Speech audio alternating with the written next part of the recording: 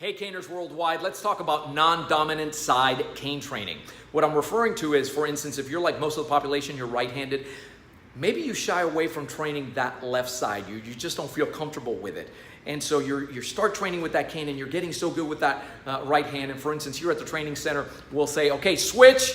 And that dread you see people go, are you kidding me? Now I got to do this with my left. I'm trying to get good with my right. I get that, but understand that as caners, we can't afford, we don't have the luxury of having a weak or lagging side. So how are we going to address that? How are we going to bring that up to par?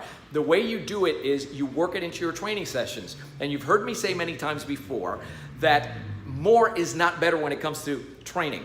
It's better. You're looking for better quality training. So what you do is you prioritize it into the session. And you can have a, for instance, left side only training session, whether it be 15, 20, 30 minutes. So how do I set that up? I'll take a cane or a variety of canes that I'm going to be using for different skill sets.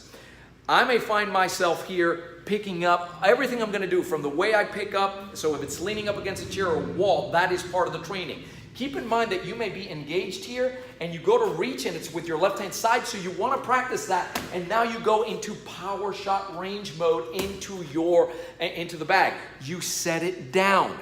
You engage that bag again, pick up that cane again, or I might pick up another cane like a spinner, because I'm going to go from there, just left side, and go into my spinning and movement.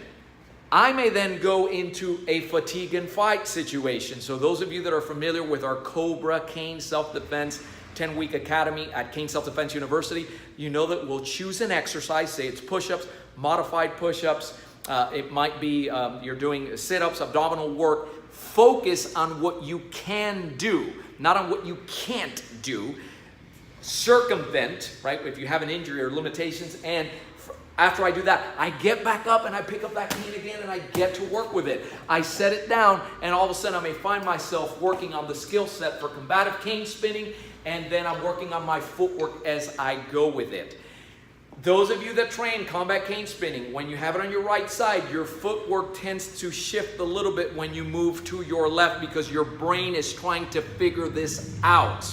Got it? So you keep going, expect to drop it, and expect that non-dominant side to fatigue quicker than the other side does. But we have to start showing that side love if we want it to be there for us under the stress and duress of an actual situation. Not just that, it's so much more enjoyable for your training.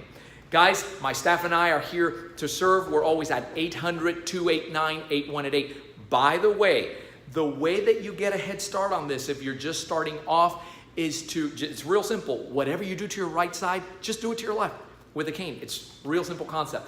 All the training takes place at CaneSelfDefenseUniversity.com, and you can check out our canes at AmericanCaneSelfDefense.com. Thanks for watching.